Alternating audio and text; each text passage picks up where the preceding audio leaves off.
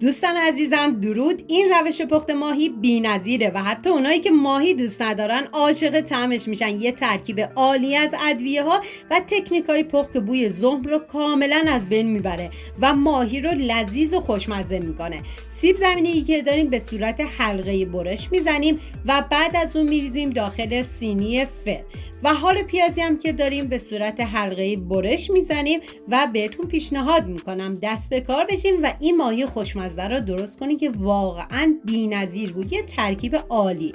و بعد از اون تمام حلقه‌های پیاز رو از یکدیگه جدا میکنیم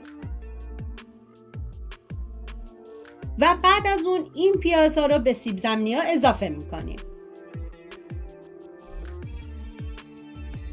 من یه هم میزنم تا با هم دیگه مخلوط بشن.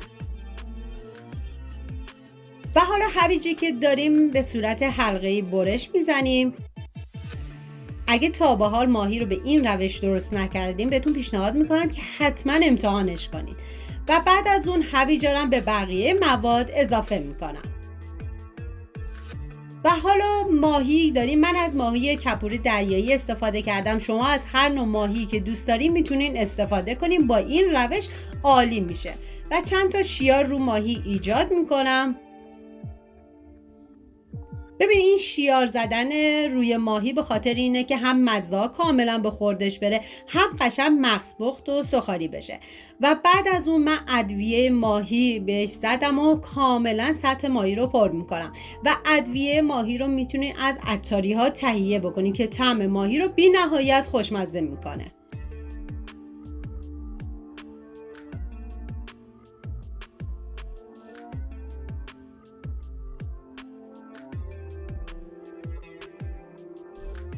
و حالا این ماهی رو آماده کردم میذارم کنار. میریم سراغ موادی که آماده کرده بودیم. حالا ادویه ها رو بهش اضافه میکنیم. نمک، ادویه کاری، پودر گشنیز، پاپریکا و پودر گوجه، پودر سیر و مقداری هم از ادویه ماهی من به این مواد اضافه میکنم چون طعمش خیلی عالی میکنه. حالا هم میذارم تا همه مواد کاملا با هم دیگه مخلوط بشن و مزه ها کاملا به خورده هم بره.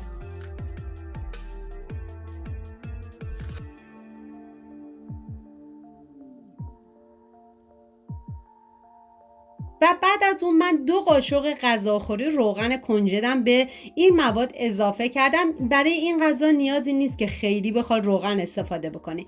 حالا 2 قاشق غذاخوری روغن اضافه کردم و هم میزنم تا کاملا با هم دیگه مخلوط بشن و بعد از اون این مواد کاملا توی سینی فر پخششون میکنم.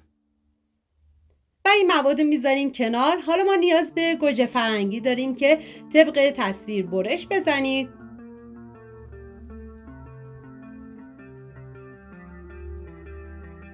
و لیمو ترش تازه که لیمو ترش رو من برش میزنم.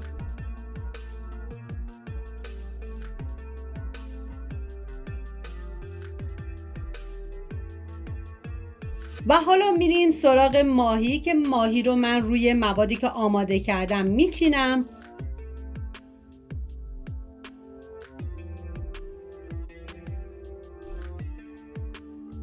و حالا داخل شکم ماهی چند حلقه پیاز، شیوید و لیموی ترش تازه و چند قطعه کره میذارم و این خیلی باعث میشه که طعم ماهیتون رو واقعا عالی و بی‌نظیر میکنه.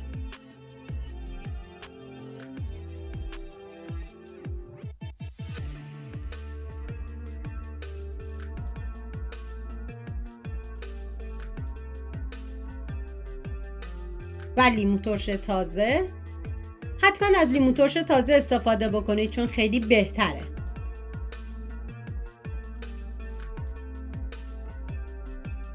و ماهی دومم به همین روش داخل شکمشو پر میکنم. ببینید شاید بعضی از عزیزان بگن که میشه از سبزی دیگه هم استفاده کرد. بله میشه، ولی به نظر من اگه از شوید استفاده بکنید خیلی خوش‌طعم‌تر میکنه. یا اینکه میتونین از مواد شکمپر استفاده بکنید، این دیگه کاملا سلیقه‌ایه. حالا من کاملا داخل شکمشو پر میکنم.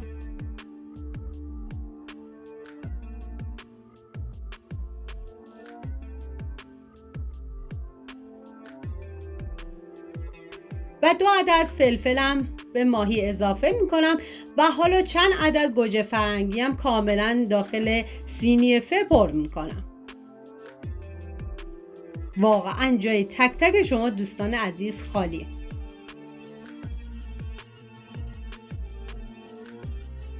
و چند عدد لیمو ترشم میذارم.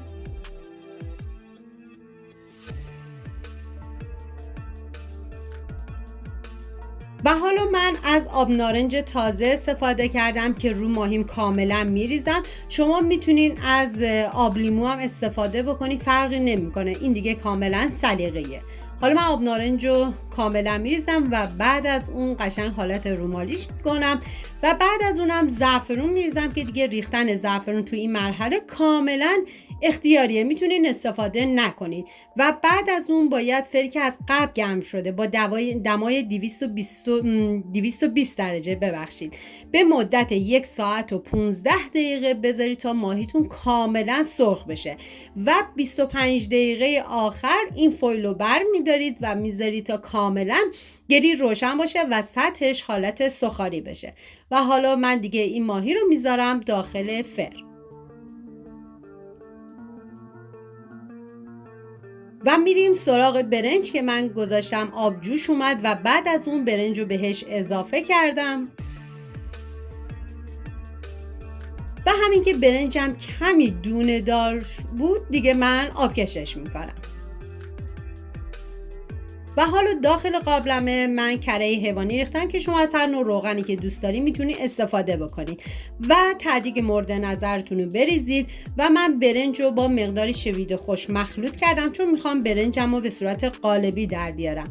حالا ریختم داخل قابلمه و سطحش رو فشرده میکنم و 1 عدد سیر تازه هم میذارم که طعم این برنج رو بی نهایت خوشمزه میکنه و میذارم به مدت 1 ساعت و 15 دقیقه این برنج کاملا دم بکشه و مقداری هم زعفرون روش میریزم.